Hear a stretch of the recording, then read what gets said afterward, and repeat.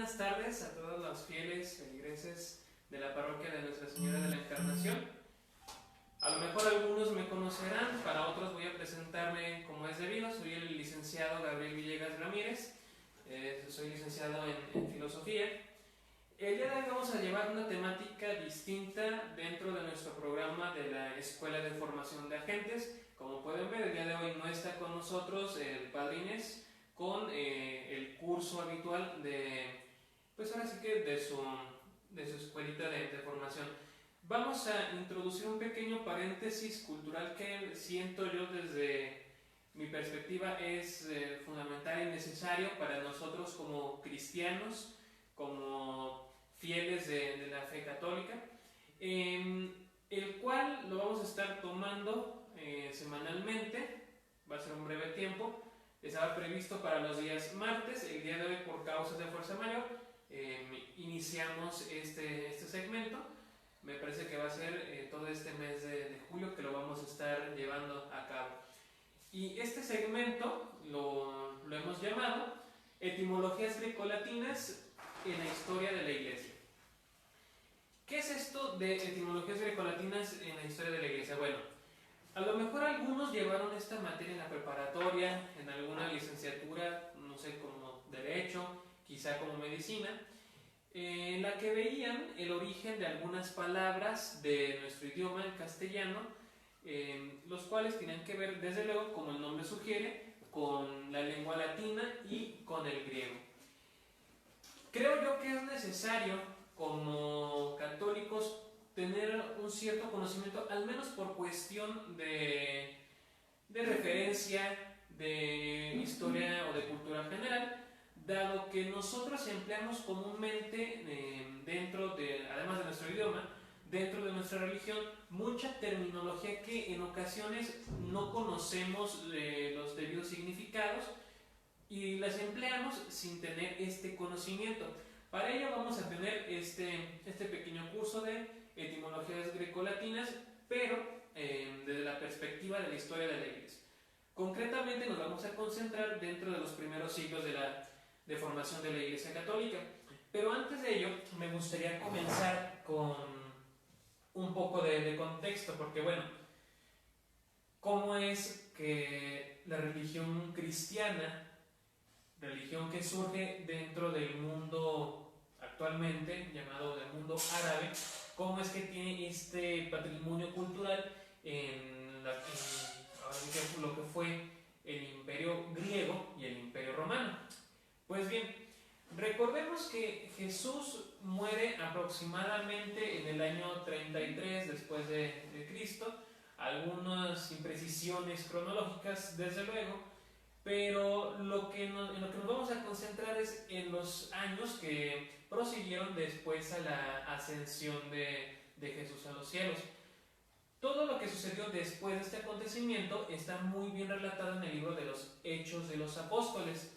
Justamente en este libro se nos va a contar los primeros avances de los seguidores de Jesús, de los discípulos, dentro del primero el mundo árabe y después con el apóstol Pablo en la región de la cultura griega y posteriormente hasta su muerte y su martirio en la cultura romana, en el mundo latino. Para ello hay que recordar que en los capítulos 1 y 2, creo concretamente en el 2, se nos narra que cuando se aproxima el Espíritu Santo como lenguas de fuego, comienzan a hablar en distintos idiomas y dialectos, de tal suerte que todos los presentes que se reunieron en esa región para la fiesta de Pentecostés podían escucharlo. Dice el Evangelio que entre ellos había partos, medos, elamitas, cretenses, árabes, algunos también árabes venidos del Ponto, etc. Gracias al don del Espíritu Santo es que pueden entender las demás personas lo que estaban predicando, y desde luego en los Hechos de los Apóstoles se narrará justamente el primer discurso de San Pedro, el día en el que se les unen aproximadamente 3,000 seguidores a la naciente iglesia cristiana. Pues bueno, después de algunos contratiempos, de algunos problemas de los discípulos de Jesús dentro del mundo judío, llega, como bien sabemos, entre los años 70 y 80, la destrucción de Jerusalén. ¿Qué importancia tiene este acontecimiento histórico? Bueno, que los judíos van a estar dispersos por todo el mundo clásico, por Europa, por el norte de África y en la región de Asia Menor. Juntamente con ellos se van a ir los primeros cristianos. Recordemos que el cristianismo va a surgir para el mundo pagano. Con pagano nos vamos a referir concretamente al mundo griego y romano. Los cristianos eran una secta naciente del judaísmo. No tenían una identidad propia, sino que seguían los mismos lineamientos que los mismos judíos. Celebraban la Pascua, celebraban algunos otros rituales, inclusive se habla, como ya sabemos en los Hechos de los Apóstoles, sobre si deben circuncidarse o no. Como bien sabemos, después la religión cristiana adquirirá poco a poco una identidad diferente al judaísmo. Y va a ser esta identidad diferente al judaísmo lo que va a permitir que San Pablo lleve esta nueva creencia, esta nueva fe, primero al mundo ateniense. Como sabemos, después de la conversión de Pablo, este discípulo va a ir a predicarlo en la región de Atenas. Cuando Pablo llega a la región de Atenas, la cultura griega está en un proceso de decadencia. 300 años antes habrá muerto Aristóteles, 400 antes Platón, 500 antes Sócrates.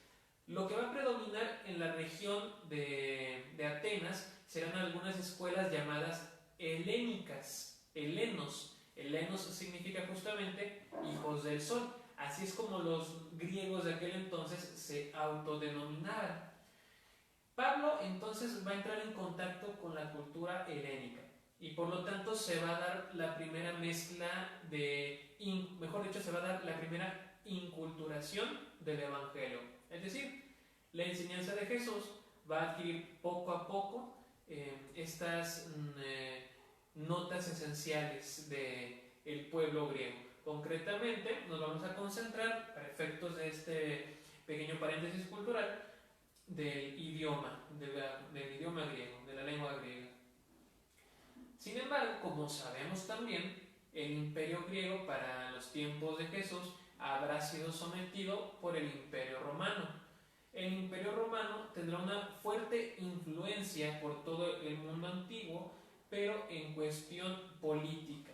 En cuestión cultural, el imperio griego seguirá teniendo una influencia fortísima, dado, por mencionar un ejemplo, que la mitología clásica griega se transforma solamente en cuestión de nombres en la mitología romana. De allí que tenemos que Zeus, el dios padre de los griegos, pasará a ser llamado Júpiter, por poner otros ejemplos. Entonces es en este contexto en el que la iglesia naciente va adquiriendo una nueva identidad y por lo tanto, dado que es una nueva identidad, va a adquirir justamente su patrimonio, su riqueza etimológica. Y bueno, esta riqueza etimológica imperará por toda la Iglesia Católica, más aún dará forma a su esencia propia. Nosotros nos podemos dar cuenta cuando vamos a la celebración de la Eucaristía, que de hecho justamente Eucaristía será una palabra griega que definiremos después. Nosotros nos podemos dar cuenta que hay muchas partes en las que esta riqueza etimológica persiste hasta nuestros días. El canto, por ejemplo, de El Señor ten piedad de nosotros, que se canta en el rito penitencial de cada celebración, en griego es llamado el Kyrie. Kyrie eleison, que significa Señor ten piedad, literalmente. Christe eleison, es decir, Cristo ten piedad. Cristo también será una palabra de origen griego. La misma palabra misa es una palabra latina que me adelanto ahora, significa enviar o ser enviado, que viene del griego, del latín verbo misere. De allí viene misión, misionar significa enviar. Pues bien, Esta riqueza grecolatina, como ya les mencionaba, es la que vamos a analizar. Para ello, en estos segmentos en los que tendremos oportunidad de interactuar, vamos a dividirlo en tres partes. La primera parte será una cuestión panorámica, es decir, vamos a hablar un contexto específico de la etimología grecolatina en la tradición y la historia de la Iglesia, particularmente en los primeros siglos de la Iglesia Católica. Vamos a analizar entonces cómo es que esta riqueza grecolatina fue influyendo y permeando el catolicismo romano. En un segundo segmento, una segunda parte, vamos a aprender alguna oración de la Iglesia, ya sea en latín o ya sea en griego. Como pueden ya vislumbrar en nuestro pizarrón, vamos a comenzar el día de hoy con el Pater Noster, el Padre Nuestro.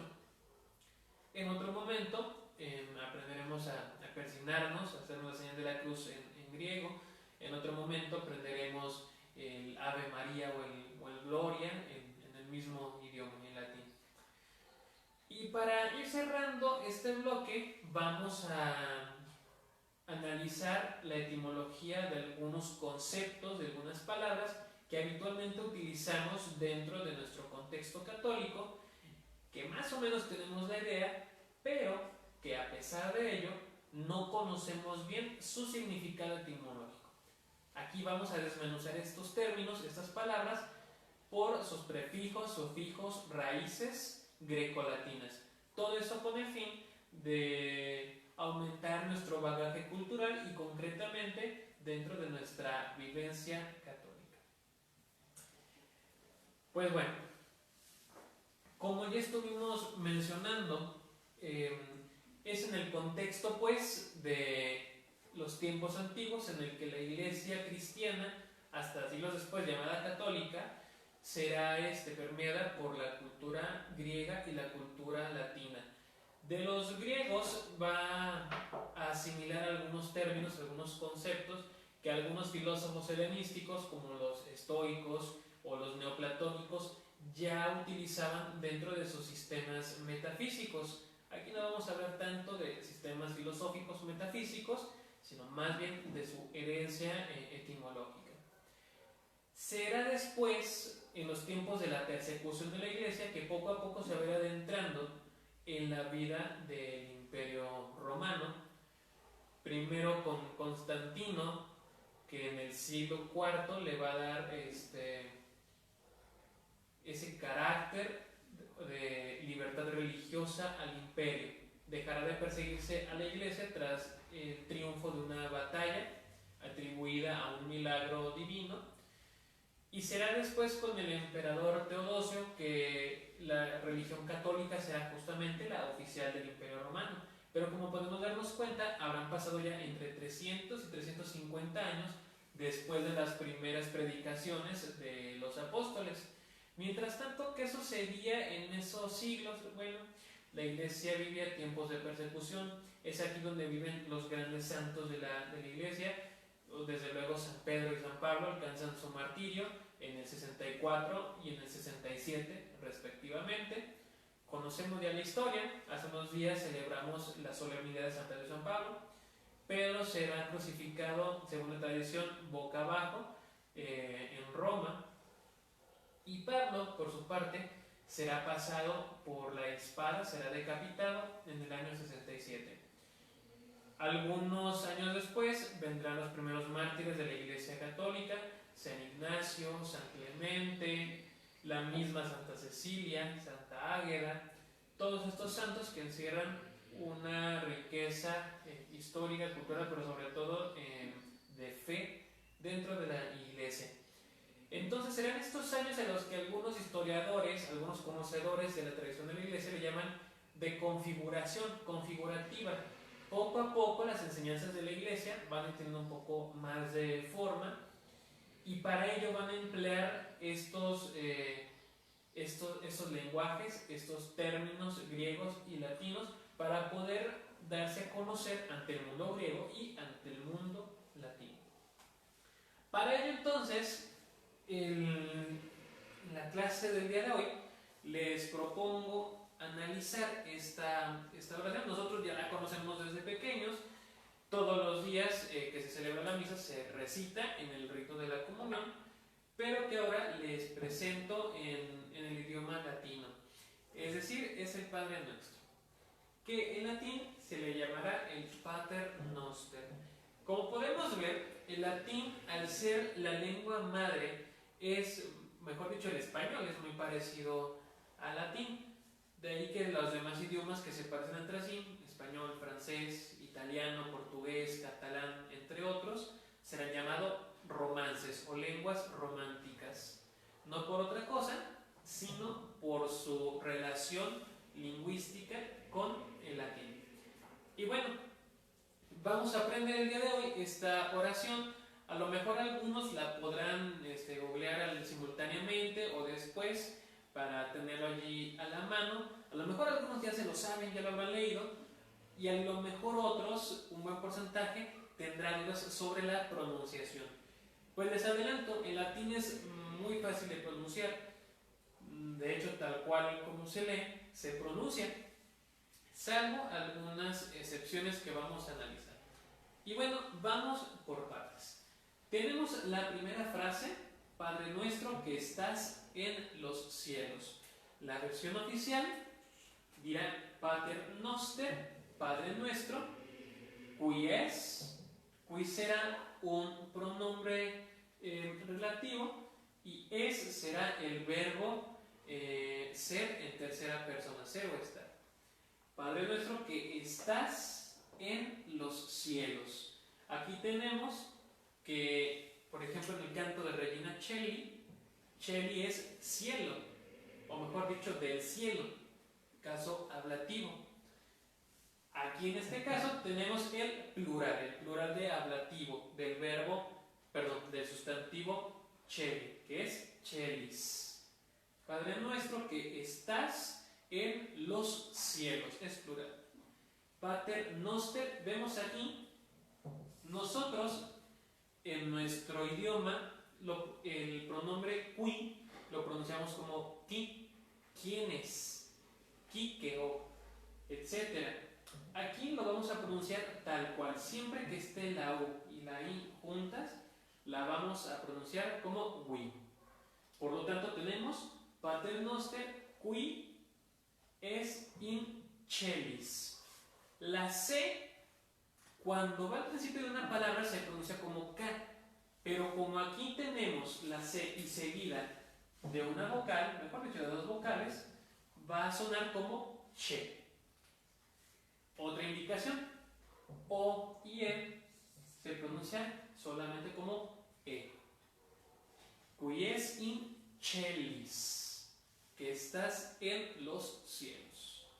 Pater Noster qui es in celis, que estás en los cielos. Ojalá en casita todo vaya muy bien. De todas formas, si quieren, en los comentarios pueden dejar alguna duda o inquietud que vaya surgiendo para poderla ir resolviendo. Tenemos la siguiente frase: santificado sea tu nombre. Tenemos aquí sanctificetur nomen tuum. Vamos a ver la primera palabra, sanctificetur. En español se va a traducir como sea santificado o sea santo, es decir, voz pasiva. Recordemos que en gramática la voz pasiva, o se dice que un sustantivo es pasivo cuando que un verbo o sustantivo es pasivo cuando recibe la acción. Es decir, aquellos verbos que terminan en ado, ido, ada, ida, como por ejemplo cortar, ser cortado, ser talado, ser impreso, ser masacrado. Tenemos distintos verbos cuya terminación nos indica que el sustantivo está recibiendo la acción del verbo. Y aquí es el caso: sanctificetur, sea santificado, sea santo tu nombre. Sanctificetur, recordemos que la C y la E, o mejor dicho C y alguna otra vocal, se pronuncia como che o chi. Sanctificetur nomen tuum. Es una W, vamos a prolongar su pronunciación, tuum. Bien, vamos con la siguiente frase. Adveniat regnum tuum. Venga tu reino. Nosotros decimos venga a nosotros o vénganos tu reino. Oficialmente se debe decir venga tu reino. Y tenemos el verbo adveniat, de venir, de que vengas hacia nosotros.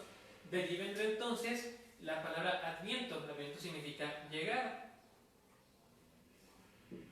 Adveniat, que llegue. Y tenemos enseguida la palabra regnum, que significa reino. Tanto en latín como en italiano, la G y la N se pronunciarán como una ñ. Ñ de ñandú, de niño. Adveniat regnum, regnum. Venga tu reino. Adveniat regnum tuum. Esa es la siguiente frase que tenemos. A continuación se presenta la siguiente. Fiat voluntas tua. Es decir, hágase tu voluntad. No hay mucho problema con esa pronunciación. Recordemos el fiat de María que le dice al ángel, hágase en mí, fiat in mihi. Es decir, hágase. Aquí tenemos, hágase tu voluntad. Voluntas tua. La siguiente frase que tenemos, así en el cielo como en la tierra. Sicut in cielo et in terra. Fíjense cómo aquí tenemos chelis, cielo. Chelis dijimos que era plural en los cielos y aquí tenemos cielo, es decir, en singular. Sicut in cielo. Recordemos que la O y la E se pronuncian solamente como E y que antecedida de la letra C, entonces tenemos la che o la chi. En este caso, sicut in cielo et in terra, como en el cielo y en la tierra.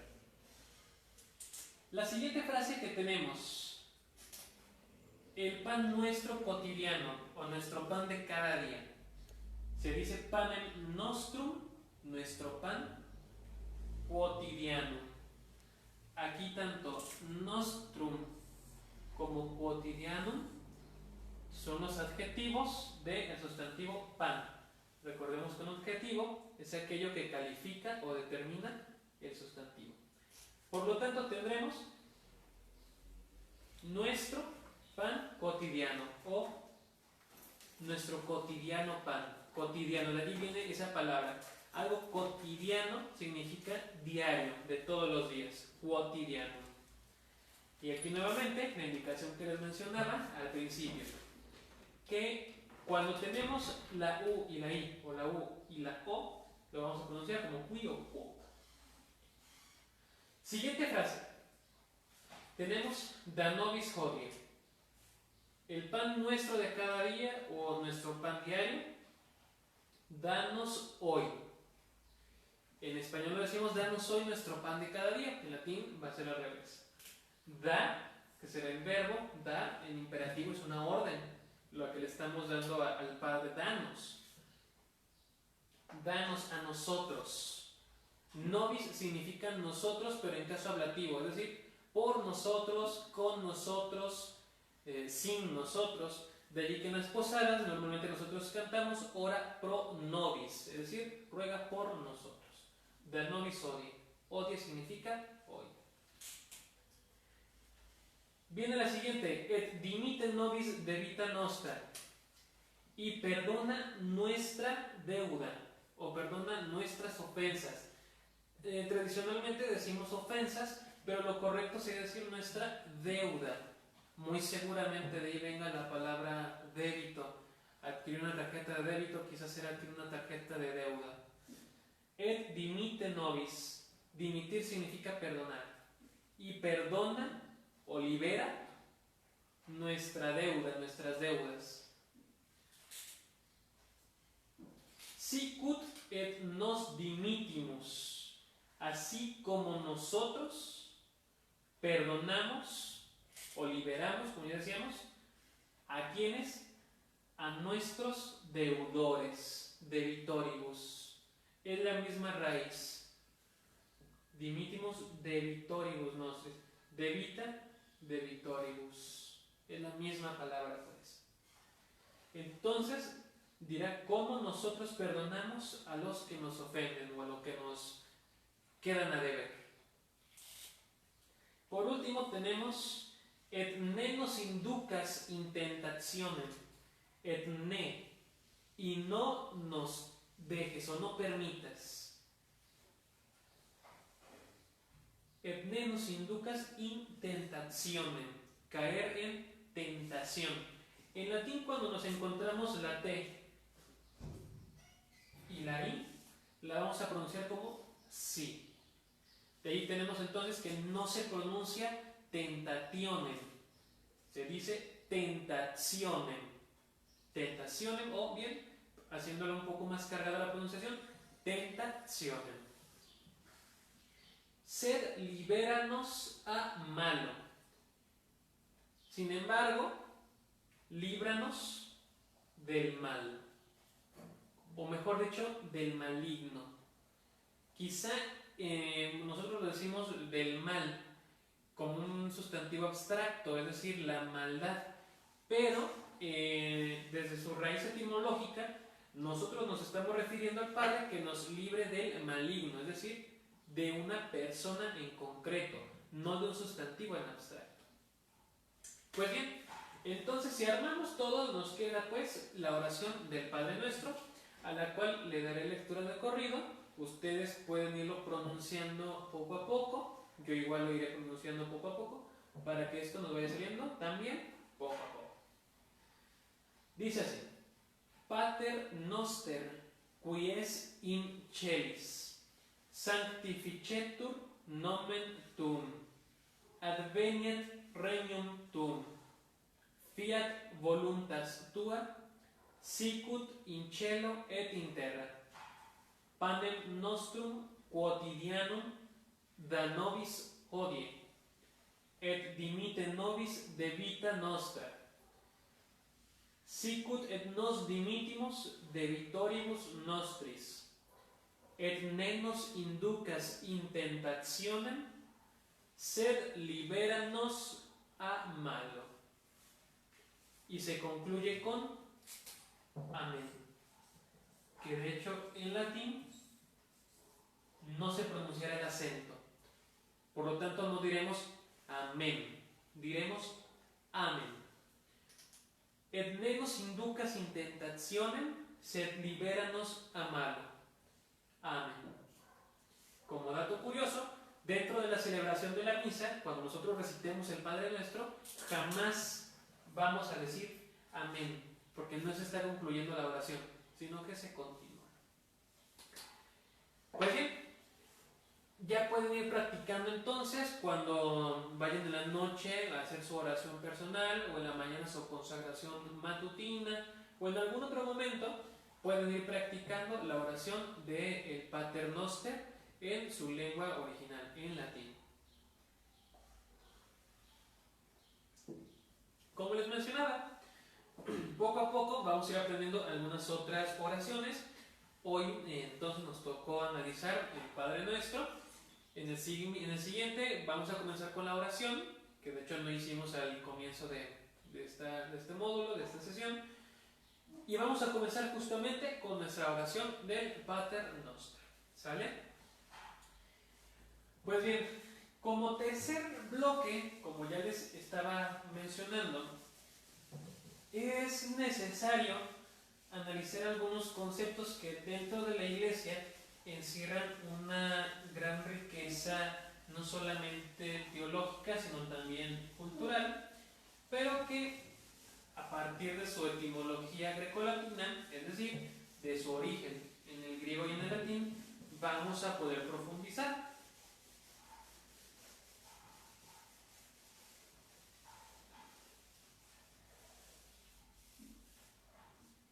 Y vamos a comenzar con 5 términos. Nosotros habitualmente, el lugar al que asistimos a misa lo llamamos de diferente forma, de diferente modo. Ahora, pues en casa, nosotros decimos que somos una iglesia doméstica. Pero bueno, si es una iglesia en sentido estricto, ¿qué es una iglesia? ¿Qué es la iglesia? ¿Qué es una catedral? ¿Cuál es la diferencia con una basílica? ¿Qué significa parroquia? Bueno, vamos a analizar todos esos términos. Atención aquí, vamos a alejarnos un poco del latín y ahora vamos a recurrir al griego, ¿de acuerdo?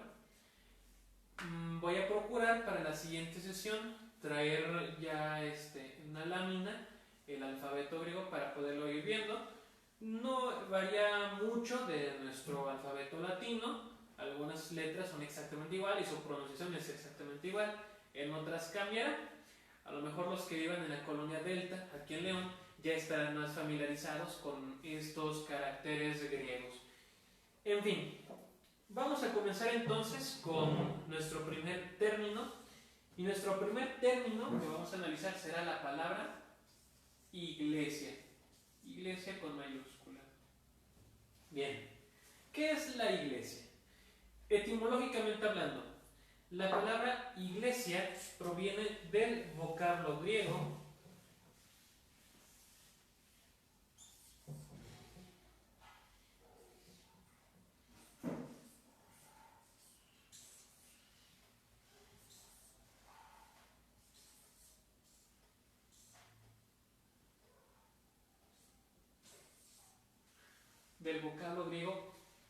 eclesia, de la palabra ejalein.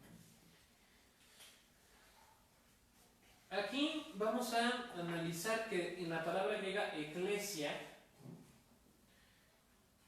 hay un prefijo. El prefijo es una palabra que se coloca al principio de otra palabra, pero aquí va a desempeñar alguna indicación que nosotros debemos atender para poder saberla traducir adecuadamente. En este caso, el prefijo griego ek significa lo mismo que en latín, ex. Ex significará afuera o salir. De hecho, justamente de allí vendrá la palabra exit. Exit en inglés, de hecho no es su origen, significa salida. Esto viene de la etimología greco-latina. Ex significa entonces afuera o salir.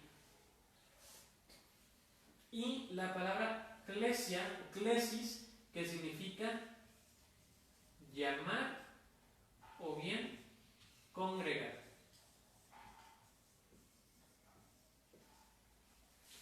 Etimológicamente significa congregar hacia afuera o llamar desde fuera. ¿Qué significa esto? Bueno, que la palabra iglesia significa asamblea, congregación, o bien indica la acción de reunir desde fuera o hacia afuera. Justamente la palabra iglesia tiene que ver con la idea de congregar, con la idea de reunir. Cuando se habla de que la familia es una iglesia doméstica, se refiere a que es una congregación casera. Doméstico viene del latín domus, que significa casa, hogar. En griego se dirá oikos, que vamos a ver más adelante.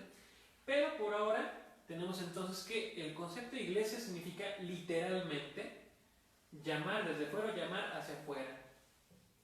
Eso con la idea de que la iglesia es justamente esto, una congregación que reúne los que están afuera y los congrega. Eso significa iglesia. Por eso, cuando nos referimos a la iglesia como la congregación, como la asamblea, lo vamos a poner con mayúscula. Porque esto tiene que ver con un sentido, primero, teológico.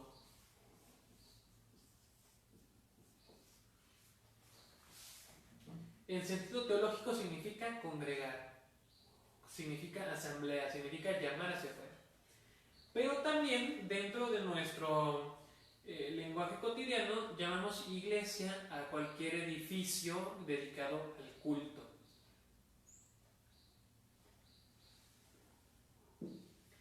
Esto tanto católicos como no católicos. De ahí que a sus lugares en donde se reúnen los protestantes, los bautistas, le llaman iglesia bautista o iglesia protestante, congregación, asamblea. Pero en sentido arquitectónico, iglesia irá con I minúscula porque se refiere a un edificio. La idea sigue significando la misma, reunir. La iglesia, entendida como este edificio sagrado o templo, templo vendrá del latín, que significa lugar sagrado.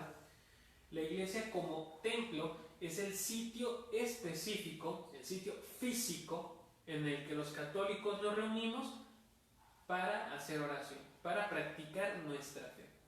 En sentido teológico, las personas forman la iglesia. Por lo tanto, suponiendo que todas las iglesias en sentido arquitectónico fueran destruidas, podremos seguir hablando de iglesia, porque iglesia no se refiere estrictamente en sentido arquitectónico, sino que tiene que ver con un sentido del misterio teológico, una congregación. Pues bien, este será entonces nuestro primer término, nuestra primera palabra. Sería bueno que a lo mejor fuéramos anotando por allí, en alguna libretita, en alguna hoja, todos estos vocablos grecolatinos que vamos a ir desmenuzando, que vamos a ir destripando para poder conocer su verdadero significado. En este caso entonces tenemos el primero, que es eclesia, del griego eclesia, que significa llamar hacia afuera. Voy a escribirlo de este lado. ¿Cómo es que los caracteres griegos se leen?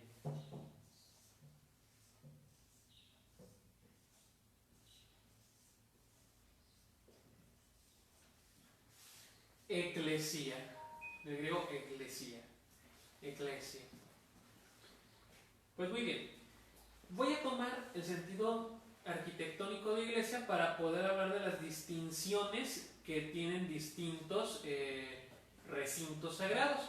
Para ello, iglesia abarca un sentido general. Iglesia es cualquier edificio dedicado al público. Pero dentro de toda esta variedad de edificios dedicados al público, hay algunas distinciones por su categoría.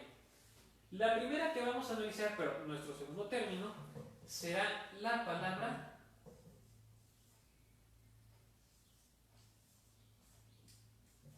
catedral.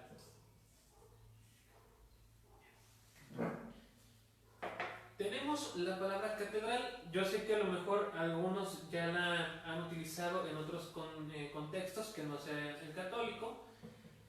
La palabra catedral provendrá del griego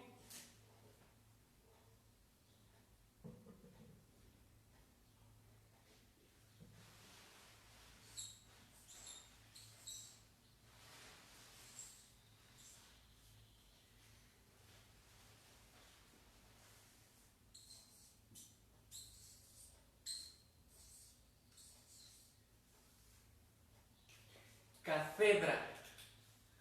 Voy a escribirlo aquí en castellano.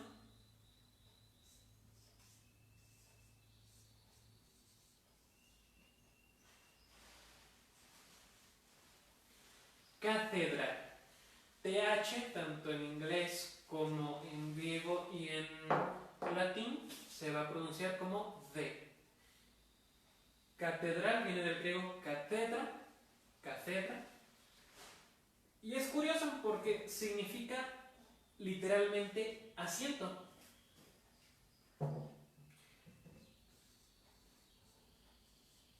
O silla.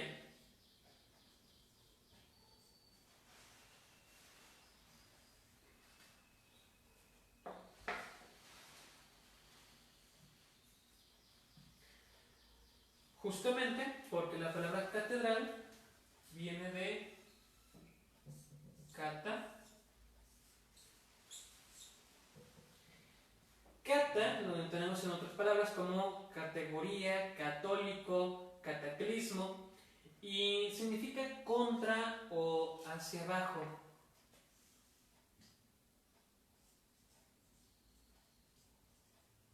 Contra o hacia abajo.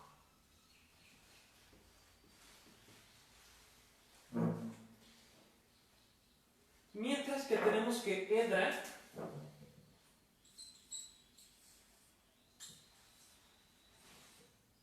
significa literalmente asiento, es decir, contra el asiento, o bien indica la acción de sentarse.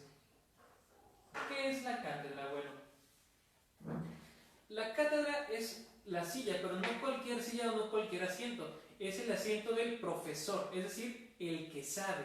Por eso en las universidades se le llaman catedráticos. ¿Por qué? Porque, bueno, llega el profesor y el profesor es el que sabe, el que va a enseñar. Llega y toma su asiento en la cátedra. Catedral, entonces, hablando arquitectónicamente, es la iglesia que contiene la cátedra, es decir, el lugar desde el cual el obispo enseña, desde el cual el obispo preside. Por lo tanto, no puede haber dentro de una diócesis dos catedrales, solamente debe haber una, en la cual reside un obispo. Puede haber a lo mejor algunas provincias, es decir, distintas diócesis, pero en cada diócesis debe haber solamente una catedral, una cátedra, un asiento para un maestro, para un obispo. Eso significa catedral, asiento. Recuerden entonces que si hay alguna duda, alguna pregunta, sería conveniente dejarlo en la caja de comentarios para poderlos visualizar y poderlos resolver para tener un mejor aprovechamiento de este pequeño bloque. ¿Sale? Tenemos en tercer lugar otra iglesia de distinta categoría, no es necesariamente una catedral. Vuelvo a decir, no es necesariamente una catedral, pero en la mayoría de los casos sí lo es. Esta palabra será basílica. Nuestra catedral de León se llama Catedral Basílica. Es decir, allí gobierna el obispo. Pero hay unas basílicas que no son catedrales. Por ejemplo, tenemos en la ciudad de Guanajuato capital la Basílica Colegiata de la Madre de Nuestra Señora de Guanajuato. No es catedral, pero sí es basílica. Por lo tanto, allí no reside un obispo. Pues bien, vamos a definir qué es la palabra basílica. Etimológicamente, la palabra basílica proviene del griego.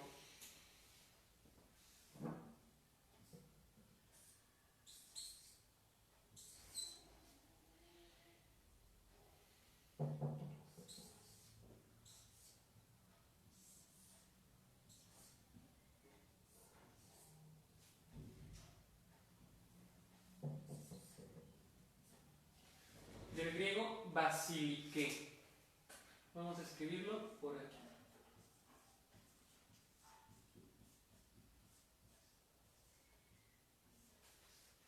El término basilique es un adjetivo que significa realeza o lo real, refiriéndose a los reyes. Pero también la palabra basílica, o de la palabra basílica, se va a desprender otra palabra, el oikos. La palabra oikos lo hemos escuchado en alguna marca de yogur o en algún tipo de yogur. La palabra oikos, de allí viene economía, significa casa. La palabra oikos significa casa. De ahí viene economía, las normas o las reglas de la casa, en el sentido de administrar. En el caso de basílica, literalmente significa la casa del rey. En el antiguo Imperio Romano, la basílica era el lugar en donde residían los funcionarios del emperador, o inclusive en donde podía vivir el emperador y desde el cual gobernaba, es decir, el foro. La palabra basílica posteriormente, porque los edificios que eran basílicas en el antiguo Imperio Romano tenían un esplendor arquitectónico impresionante y después fueron heredados a los obispos y al papa de la Iglesia romana, le van a llamar basílica a aquellas iglesias que tienen algún carácter simbólico histórico o cultural relevantes para la cristiandad. Es el caso entonces, por ejemplo, que a la iglesia de la ciudad de Guanajuato se le llame basílica, aunque no sea catedral. En el caso de León, la iglesia catedral es basílica, es la casa del rey. Eso significa basílica. De allí que quien se llame Basilio, entonces su nombre significa literalmente rey, o bien de la realeza. Nuestra cuarta palabra, voy a borrar la segunda que fue catedral y voy a dejar la tercera que fue basílica. Si se fijan, hemos estado bajando de nivel. Hablamos primero de la iglesia en sentido general, hablamos después de catedral en sentido de jurisdicción episcopal, hablamos después de la basílica en sentido de honores o de devoción o bien de algún carácter importante. Vamos a hablar ahora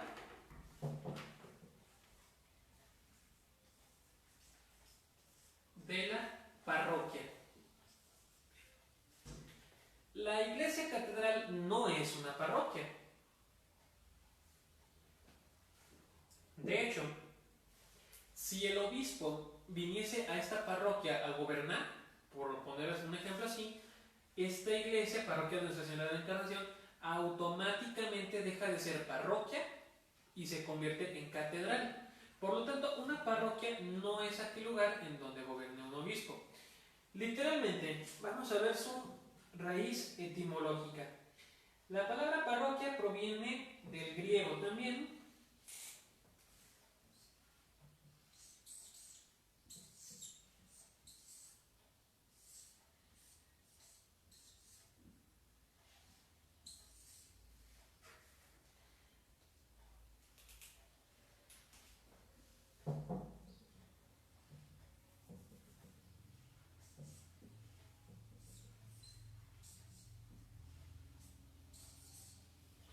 Del griego paroikia.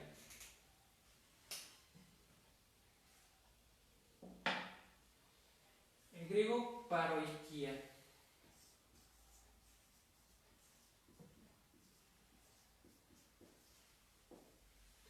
Tenemos aquí dos palabras que significan, tenemos aquí el prefijo griego para o para, paralelo, por ejemplo, que significa junto. Y nuevamente tenemos la raíz oikos, oikia.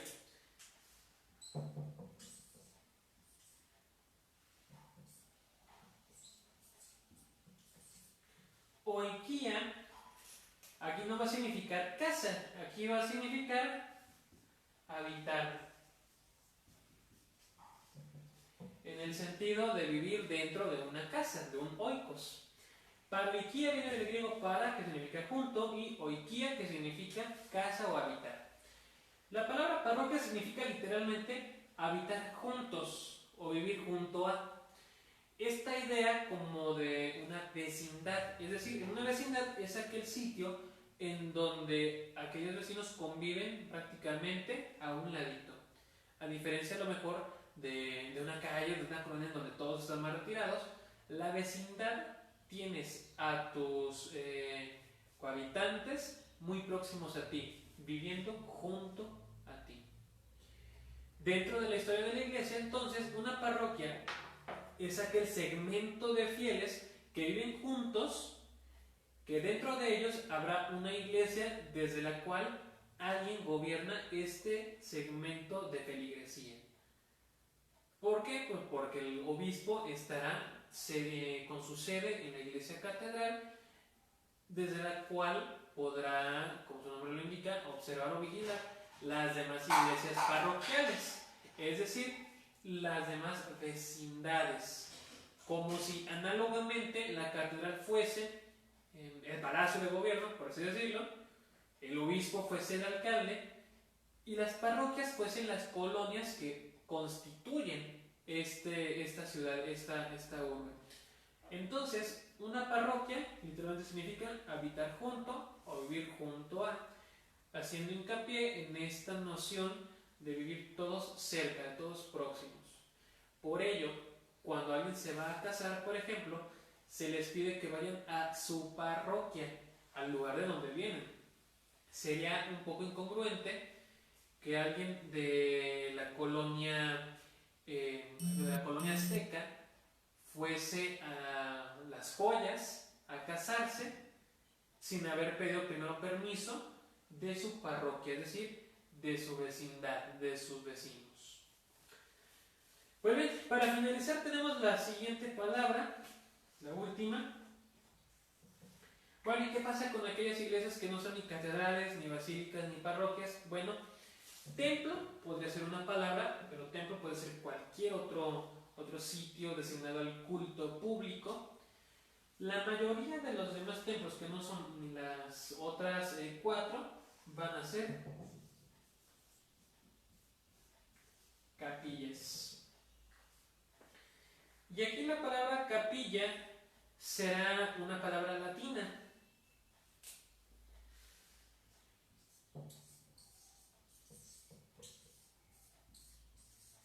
Capella. No se pronuncia capella, como capellanía. En latín, la doble L se pronuncia capella, capella, alargando un poco la pronunciación de la L. Y la palabra capella significa literalmente capita o capa pequeña. La capilla, históricamente, era aquel sitio sagrado en donde se conservaba la capa de San Martín de Tours, San Martín Caballero, para los que habitamos en esta región de los Méxicos. Ese lugar conservaba la reliquia de San Martín, ese fragmento de capa que le dio al mendigo, según la tradición cuenta. De allí que el lugar propiamente donde conservaban ese segmento de reliquia pasó a llamarse capilla. Y recordemos que San Martín de Tours, San Martín Caballero, fue obispo en la diócesis francesa. Por lo tanto, esta palabra será adoptada posteriormente por los franceses, que sustituirá después el término oratoire, es decir, oratorio. Por lo tanto, una capilla y un oratorio serán estrictamente lo mismo. Pero, literalmente, capilla significa una capa pequeña. Pues bien, para finalizar entonces no queda más decir que la riqueza de la tradición de la Iglesia, de la historia de la Iglesia, la podemos encontrar muy palpablemente dentro de la etimología grecolatina. La etimología no se reduce únicamente a términos jurídicos o a términos médicos, sino que dentro de nuestro propio contexto, el contexto católico, podemos desmenuzar, podemos analizar estas palabras y, habiendo conocido su origen, podemos tener un mejor conocimiento, un mayor y mejor conocimiento de la fe que profesamos, de la fe cristiana. Pues bien, por este mismo medio se les estará comunicando qué día entonces lo vamos a retomar. Originalmente está previsto los martes a esta misma hora. Vamos a revisarlo en consejo para poder designarlo y poder seguir llevando este programa. Entonces, como tarea que tenemos, vamos a aprendernos, vamos a tratar de mentalizar la oración del Padre Nuestro para poder ensayarla en nuestra próxima sesión. Mientras tanto, terminamos con una pequeña oración. In nomine Patris et Filii et Spiritus Sancti. Amen. Pater noster, qui es in celis, sanctificetur nomen tuum. Adveniat regnum tuum, fiat voluntas tua, sicut in cielo et in terra. Panem nostrum quotidianum da nobis hodie, et dimite nobis debita nostra, sicut et nos dimitimus debitoribus nostris. Et ne nos inducas in tentationem, sed libera nos a malo. Amen. In nomine Patris et Filii et Spiritus Sancti. Amen. Que tengan todos una bonita tarde.